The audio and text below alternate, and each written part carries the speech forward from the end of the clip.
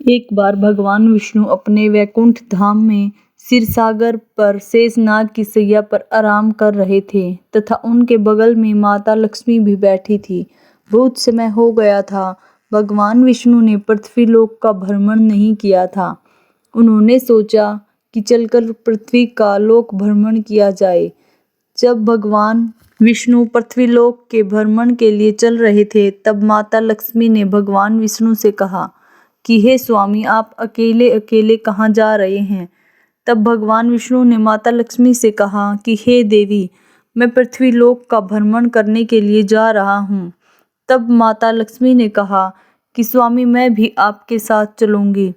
तब भगवान विष्णु ने कहा कि देवी, तुम मत जाओ, यहीं रहो, मैं पृथ्वीलोक का भ्रमण करके जल्दी ही वापस आ जाऊंगा। लेकिन माता लक्ष्मी नहीं मानी। तब भगवान विष्णु ने माता लक्ष्मी से कहा कि ठीक है देवी, लेकिन एक बात का ध्यान रखना कि तुमको उत्तर दिशा में नहीं देखना है। तब माता लक्ष्मी ने कहा कि ठीक है। फिर भगवान विष्णु तथा माता लक्ष्मी दोनों पृथ्वी भ्रमण के लिए निकल पड़े। उस समय पृथ्वी पर बारिश भी हुई थी तथा पृथ्वी का वातावरण काफी सुहावना लग रहा था। उस सुहावने वातावरण में चारों तरफ की हरियाली देखकर माता लक्ष्मी अपने वचन को भूल गई तथा वह उत्तर दिशा की ओर देखने लगी। वहां बगल में एक फूलों का बगीचा था, जिसमें काफी सुंदर सुंदर फूल लगे हुए थे। माता लक्ष्मी उस बगीचे में गई तथा एक फूल तोड़कर भगवान विष्णु के पास लेकर आ गई तथा वह फूल भगवान को देने लगी। तब भगवान विष्णु की आंखों में आंसू आ गए। उन्होंने माता लक्ष्मी को अपना वचन याद दिलाया। भगवान विष्णु ने माता लक्ष्मी से कहा कि देवी, आपने बिना पूछे उस माली के बगीचे से फूल तोड़ा है। यह एक तरीके से चोरी है, अतः इसकी आपको सजा जरूर मिलेगी। आपको उस गरीब माली के यहाँ 3 वर्ष तक नौकरानी बनकर रहना होगा। माता लक्ष्मी ने कहा कि ठीक है। तब माता लक्ष्मी एक गरीब लड़की का रूप धारण करके उस माली के घर पर गई।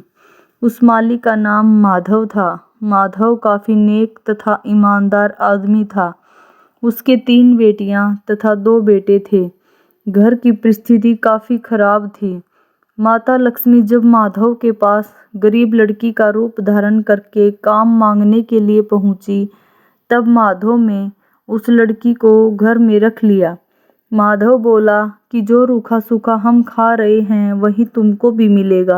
आज से तुम हमारी बेटियां बनकर रहोगी। माधव के घर की परिस्थिति धीरे धीरे बदलने लगी। एक समय ऐसा आया कि माधव काफी नामचीन व्यापारी बन गया। उसके सभी कष्ट दूर हो गए। अब माता लक्ष्मी को अपने बैकुंठ धाम वापस जाने का समय आ गया था। भगवान विष्णु ने माता लक्ष्मी के लिए विमान भेजा था। जाते समय माता लक्ष्मी ने माधव तथा उसके पूरे परिवार को अपने दिव्य रूप का दर्शन करवाया। माता लक्ष्मी ने माधव से कहा कि तुमने मुझे अपने घर में बेटी की तरह रखा, इसीलिए मैं तुम्हें यह वरदान देती हूँ कि तुम्हारे घर में कभी भी धन दौलत की कमी नहीं होगी। इसके साथ ही तुम्हारा पूरा परिवार हमेशा खुशहाल रहेगा। इतना कहने के बाद माता लक्ष्मी विमान पर बैठकर भगवान विष्णु के पास वैकुंठ धाम वापस चली गई। दोस्तों, तो आपने देख ही लिया कि कैसे माता लक्ष्मी ने उस गरीब माधव की किस्मत ही बदल दी। भगवान विष्णु को यह सब कुछ पहले से ही मालूम था कि यह सब कुछ घटित होने वाला है। इसीलिए माता लक्ष्मी को पृथ्वी भ्रमण करने से भगवान विष्णु रोक रहे थे।